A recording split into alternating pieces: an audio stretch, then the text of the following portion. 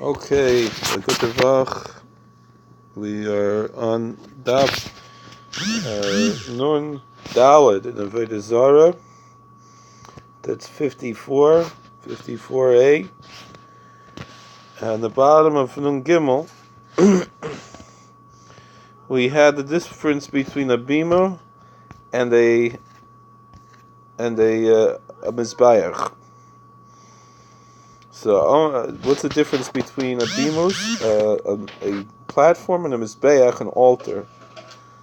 So, Miriyanka Baridi, Amar Yechanan, bimus have an achas, mizbeach vanim harbe. A platform is one stone, whereas an altar is made of many stones. So, Amar Chizki said, Ma'ikra. Where can we find this in the Bible? Besumei kalafnei mizbeach. Ka'avne gir, nufatzeis leikumu asherim, v'chamonim. In Isaiah 27, it says, "Thus will be atoned the sin of Jacob, and he set all of the stones of the altar," meaning this was a pagan altar, like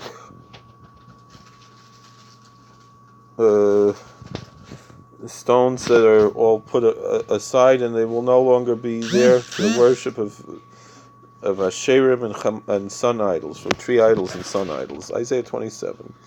Ikakavni gim nefatzois leikumun Asher mechamonim. So if you take apart all the, meaning if they're a pile of stones and it's built up, then it's an altar, and if it's not set up like an altar, so then it will not be used in the worship of trees and sun gods. But if they don't take it apart, so then it will still be used in worship. So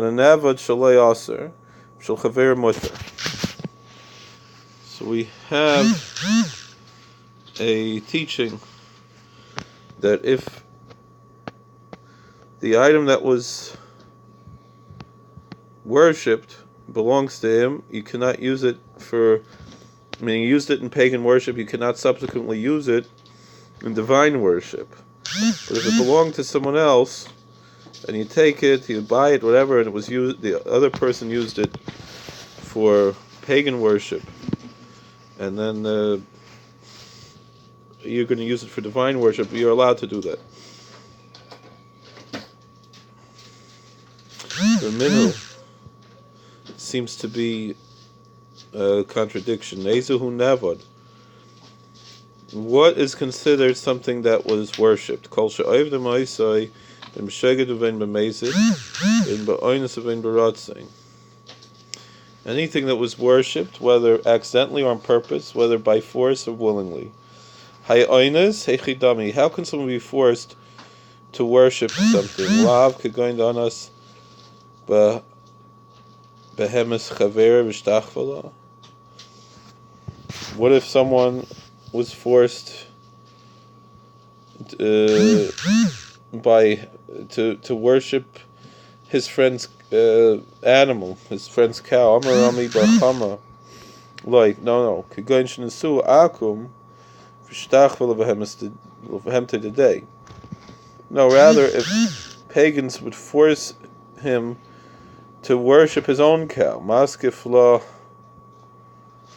Rabbi Zera argued on this. Oinus Rachmana Patre.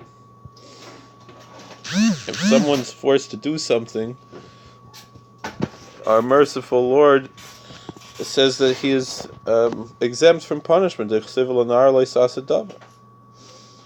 Like we see in Deuteronomy 22, that a rape victim is not considered a sinner because she was forced to do the sin, so to commit the act. So she has no guilt. Hakol hayu b'chlal lois avdei.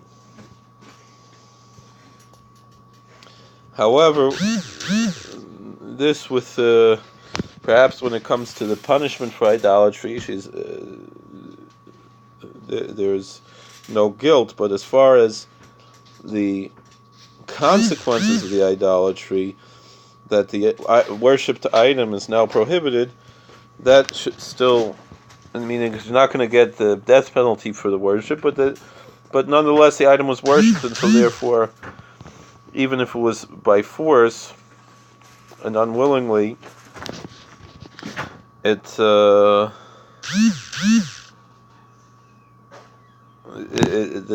it's not. It's not a thing. It's not. It's still prohibited in use. However, Scripture tells us in Leviticus 18, you should live by them. You should keep my commandments and my laws, and that the human being should do them and live by them, which the rabbis explain. You should live by them. But a person should not die by the commandments. Meaning, if someone says, "I'm going to kill you if you don't do this, and if you don't do this sin,"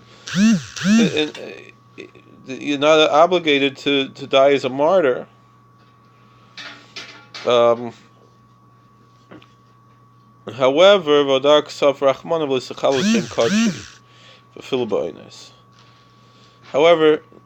the answer is that with most sins, it's what are you doing, Faggy?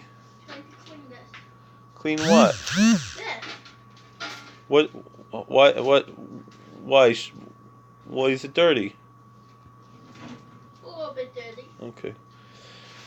With most sins, if someone is forcing you to commit the sin, then you rather, and they're going to kill you if you don't do the sin. Someone wants you to eat pork, and they have a gun to your head and say, "I'm going to kill you if you don't eat this pork." You eat the pork. Same thing if you're going to die of hunger, you eat the pork. However, as we're going to learn, idolatry is not the same law, and there's a whole discussion now. How do we derive that one does give himself as a martyr to avoid idolatry, as opposed to, for example, breaking Shabbos, or the same thing. You break Shabbos to save a life. So it's life or death. You eat not kosher. You break Shabbos because life or death. Whether someone has a gun to your head and says, or whether it's the act of breaking Shabbos is going to save the person's life, or eating the non-kosher food is going to save their life. However, we generally say there are three cardinal sins, and also any sin that's done publicly. And we're going to discuss what that means now. So Hadar Ksav Rachman L'Sechal Shem Kodshi, the Fil Ba'oinus. It says you should not desecrate my holy name, and I will be sanctified among the children of Israel. That's in Deuteronomy 22. In Leviticus 22. First was Leviticus 18, now it's Leviticus 22. The Fil Ba'oinus, that even if someone forces you to do something that's considered Chil Hashem, is considered a desecration of the name of the Lord, then one rather does die as a martyr rather than commit the sin. Haketzad. So how could it be? What is the? On one hand, we have what seems to be a prohibition against martyrdom. That if someone puts a gun to your head and says to commit a sin, you're not allowed to, because you're supposed to live by them and not die by them. But on the other hand, it says you should not desecrate God's holy name. You should. So what is it? So we're going to see the discussion. We know already the answer, but let's take it step by step of what the Gemara tells us. Now, if a sin is done privately, then there is no desecration of the name of God. According to how the Gemara is learning now, we're not up to the Psak Halacha yet. We're discussing now. So then, one is not allowed to give his life. However, if it's a public setting, generally which we understand it to be, there's a minyan, there are 10 Jews. So then, because it says, I will be sanctified among the children of Israel, so among means publicly. So, Amrulei Rabbanan Rava. So therefore, if someone is forced to commit a sin publicly, then, or else die as a martyr, he should rather die as a martyr. Amrulei Rabbanan Rava. So the rabbi said to Rava, Tanya, the Messiah, we have a brisa that helps with what you're trying to say. B'musoy shel akum, b'shas gzera, aval pisha gzera b'teila, oisin b'musoy slei batl.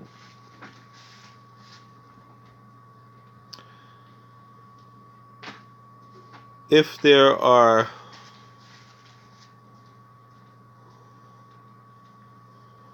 platforms where pagans put idols, and it's a time when there's persecution against the Jews, the government is making laws against Judaism, trying to force Jews to leave their religion. Even once the Gezerah, even once the decree is nullified, those platforms are not nullified and they remain prohibited from any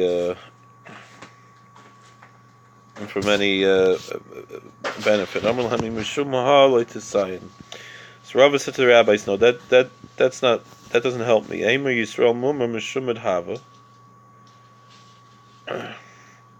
Falachla Baratzin. What about that? We could say that the reason why these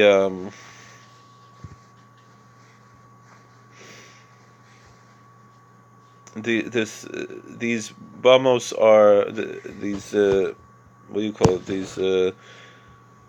These platforms are prohibited is because among the Jews who were being persecuted were Jews who willingly went along with the persecution and became pagans and left the religion, and they worshipped the idols willingly, and so they were not forced, and so that's what creates the situation where it's prohibited. Rav Ashi Amalei Tema.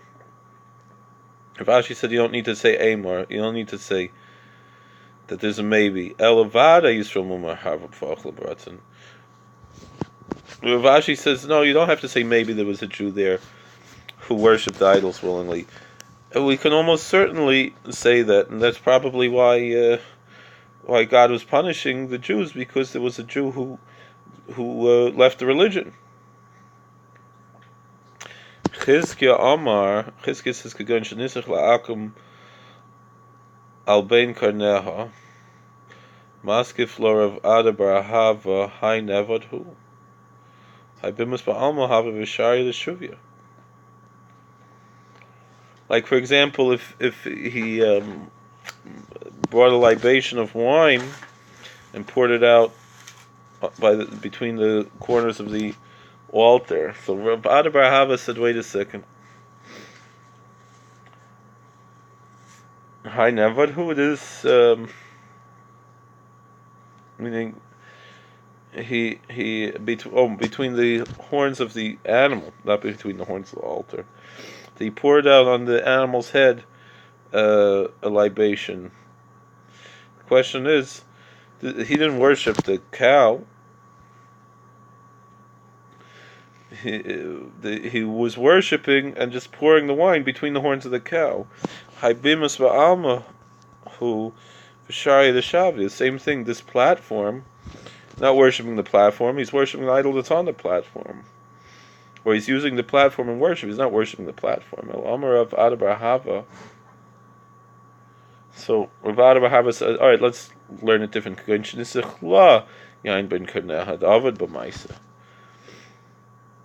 say, okay, so let's say he was worshiping the cow, or he was worshiping the platform, pouring out wine in a libation. Then it was an action.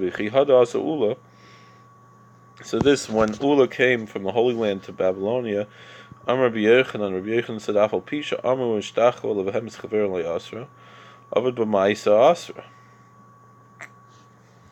Because Rav Yochanan said, Ula taught that Rav Yochanan said that even though the sages say that if someone bowed down and worshipped toward a cow, that didn't belong to someone else, he didn't prohibit the cow. But if he actually did some action on the cow, that prohibits it. It Amalhu Rav Nachman Puku. So Rav Nachman said, get out of here. Right? People say that now, right? Get out of here. Get out, right? Amrulay. He said to Ula, he said to Ula, Far Tigmar Rav Huna L'Shmaticha. Huna told Bevavel, Rav Huna taught your teaching here in Babylonia. Damar Rav Huna Haisa Behems Chaver Avutza. Nei Akum. Kevin Shechat Basiman Echad Asra. He said if someone had an animal was kicking around on its own, and it was in front of an idol, and he cuts the throat, and he only has one of the, we say there are two parts of the neck, that two tubes that you have to simultaneously cut in order to effect kosher slaughter, shchita. It's the esophagus and the trachea. So if only one of those, either the esophagus or the trachea, was cut, as soon as the cut is made in front of the idol, asra. He prohibits the animal, even if it doesn't belong to him, because he did that manalanda asra. So how do you know that it's prohibited through an act? Leima mekahanim. Maybe we can talk about the priests who were Jewish priests from Bnei Aaron, that the Israelite kings from the northern kingdom forced them to become pagan priests.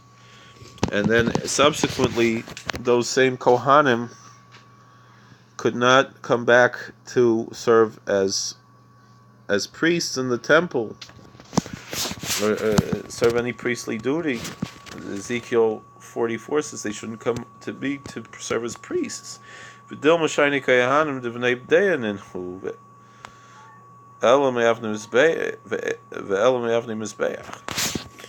maybe you could say there's a difference. The Kohanim made a choice. They could have run away. They could have allowed themselves to get killed. So that's why they were punished. So maybe we could learn this from stones of an altar. V'delma, Rav Papa. Maybe it's like Rav Papa taught. What did Rav Papa say? Ve'el malachim. Or we could say like the kings that Ahaz took, and Hezekiah cleaned up the chsivas. Elam Mikalim. Sorry, because this is the Malachim Mikalim. Elam Mikalim. Rather, sorry, I'm a little out of it today. From the vessel of Elam Mikalim, we can learn this out from the vessels of the temple that Ahaz, that Ahaz a Melech used in idol worship, and Hezekiah cleaned them. The chsiv kol kelim ashes niach Melech Achaz Malchusay b'malay hechinu v'kdishanu kdashnu. That in the Second Chronicles 29 it says that the priests told Hezekiah that all of the kalim, all of the vessels that Ahaz used in idolatry during his reign, and committed treachery, committed treason, committed avizah heist. This what's the English word I'm trying to think of? No.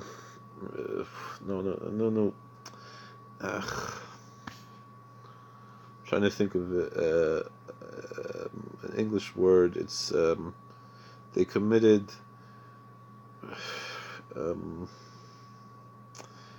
sacrilege with it. Those could be repaired and sanctified. So no, it's this verse is explained like this. They prepared them means that they hid them away, they didn't reuse them. And when it says they sanctified, means they sanctified new vessels instead of these. They had to throw these away, but they couldn't throw them away because they were from Beis Hamikdash, so they had to bury them.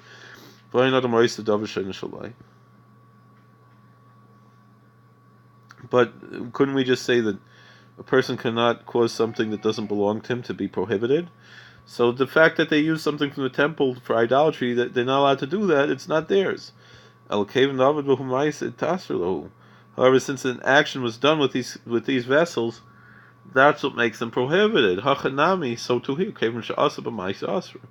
So since a deed was committed, it's prohibited. Ki asr of Dimi. So when Rav Dimi came from the Holy Land to Babylonia, Amar Rabbi Yechanan, he said that Rabbi Yechanan said he taught the following teaching named Rabbi Yechanan.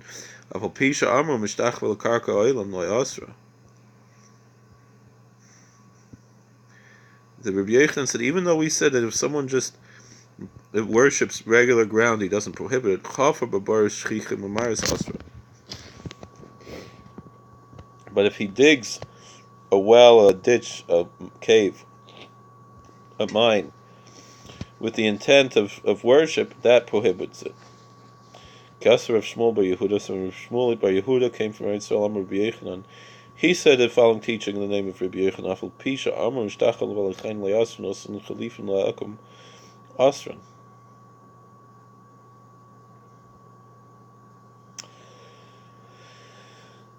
Even though Rabbi Yechanan taught that even though if someone worships a living animal, he doesn't prohibit it. However, if he trades the animal with a pagan, that prohibits it. Yasa Ravin, Amapligu ba Rishmol Rabbi Yosef Rabbanan. When Ravin came from the Holy Land to Babylonia, he brought the following teaching. He said that there was an argument between Rabbi Yechanan, Pligu ba Rabbi Shmuel ben Rabbi Yosef Rabbanan. Rabbi Shmuel, the son of Rabbi Yosef, argued with rabbis Chadam and Chalif and Asun, Chalif and Mutaran. So one opinion was that if you make a trade, that which is traded is prohibited, but the trade of the trade is not is prohibited, and the other one says even the trade of the trade is prohibited. My time. So what's the reason? So what would be the reason to say that something that was traded for something that was already traded, a barter, is also prohibited? Deuteronomy 7. It says that you should burn their idols in fire because it's an abomination to the Lord your God, and you should not bring an abomination to your house and become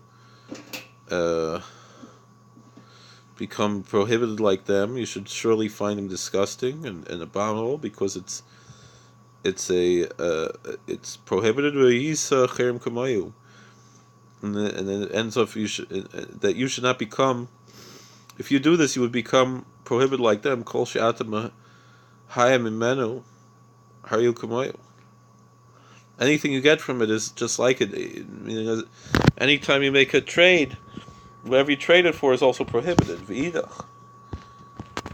Meaning, if you take an idol and you trade it, make barter, trade it for something else, a sandwich. You can't eat the sandwich; is no good. And if you take the sandwich and you barter that for a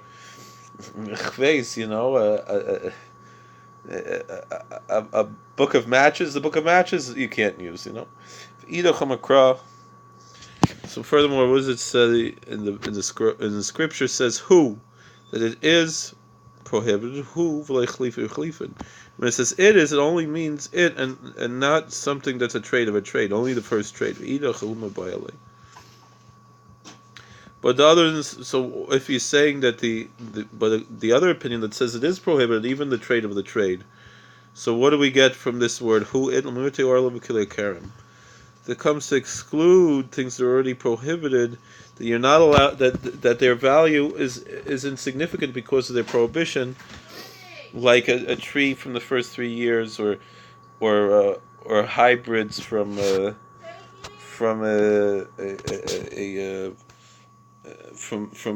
grape vineyard. If you sold them and you took the money to buy a ring to marry a woman. Mekudeshes, you're married. Right, that's the way that marriage is affected. You give the wife, the husband gives the wife a gift. Usually, what we use as a ring, but could be something else. So then they're married. So even though, but with this we don't say v'idach. Furthermore, so the opinion that it's only one and not the next one, he said no. You don't need to exclude the first 3-year trees and the hybrids from the vineyards. The havilahu akam shviyas. You could, because even monetary value even applies to other things that are prohibited, like idols and sabbatical produce. Because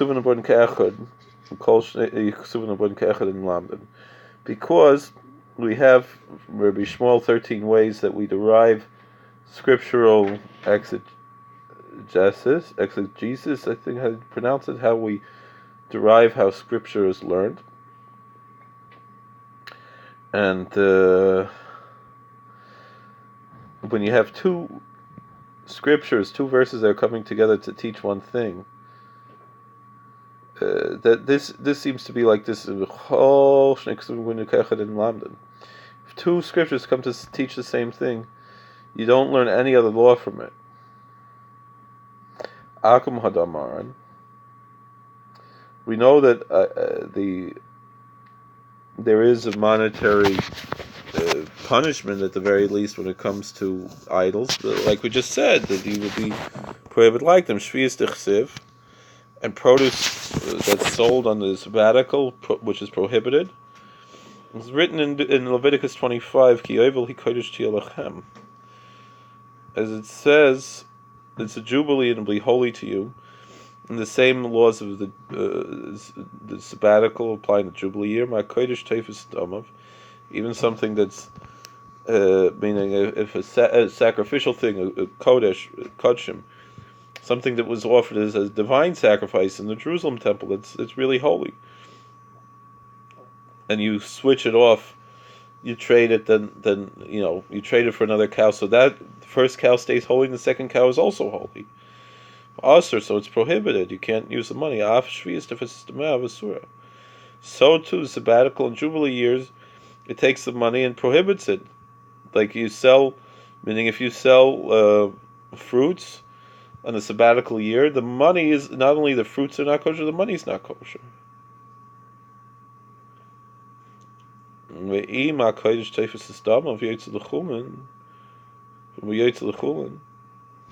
But if something is sanctified, it takes the money, but then you redeem it, it goes out to be regular, plain old stuff. It says maybe you could say the same thing about the sabbatical year. That should go.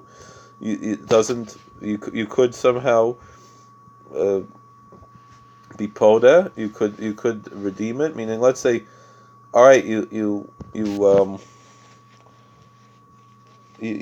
traded the Paris Shvius or the Kodshim for a cow, and you want the cow. So what do? You take the value of the cow and money, and you destroy the money. You throw it in the Dead Sea, some coins, Talmud loyma tia be'avyasatia tehe. So Scripture says it should be holy unto you. That means the way it is. Okay, so what are we talking about here? How can both Scriptures be right? Lakach prefers shvius baser, elam is baran b'shvius. Meaning, like we just said, if you bartered sabbatical year produce fruit for meat, so then both the fruit and the meat you have to eat before this specific time when it has to be eaten or destroyed, which is there's a certain time after the sabbatical year for each type of produce. Lakach b'vaser dagim, yatsa baser, nichnasu dagim. If you traded the meat for fish, so now the meat, you don't have to worry about Kedushas Shvius, about the holiness of the sabbatical year, but the fish now has this holiness of sabbatical. B'dagin yayin yatz dagim nichnas yayin. If you trade the fish for wine, so the fish is no longer sanctified, but the wine is sanctified.